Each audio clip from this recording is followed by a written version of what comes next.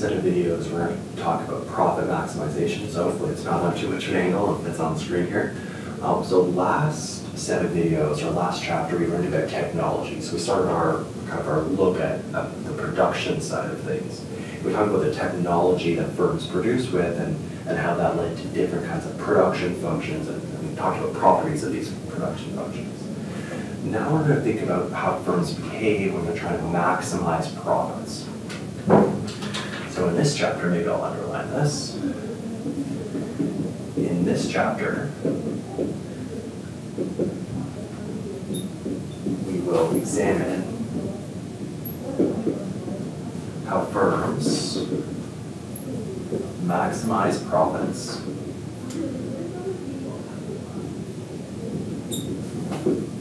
by choosing how much to produce,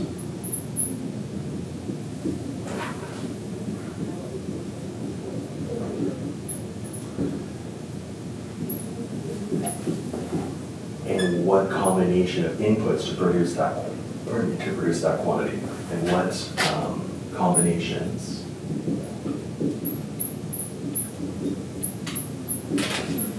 of inputs they use to produce this amount.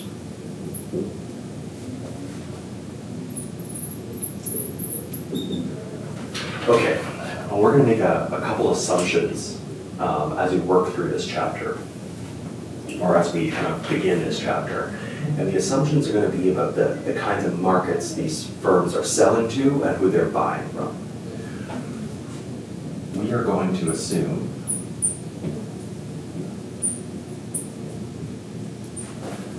firms face competitive markets. So call for competitive markets. And by that I mean perfectly competitive. That's not clear.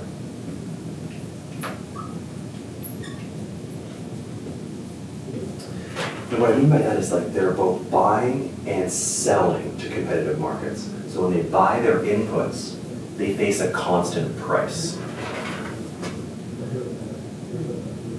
They face constant input prices. So no matter how many inputs they use, they always pay the same amount.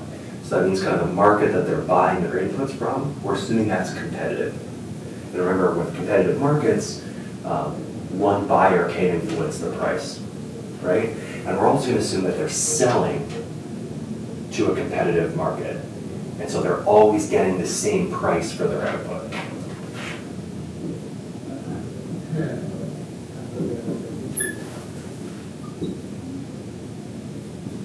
Or they're selling in, I guess, a competitive market, however you want to say it. So they get constant prices for their output. So no matter how much they produce and sell, you know, we're saying Y is how much they produce or their output.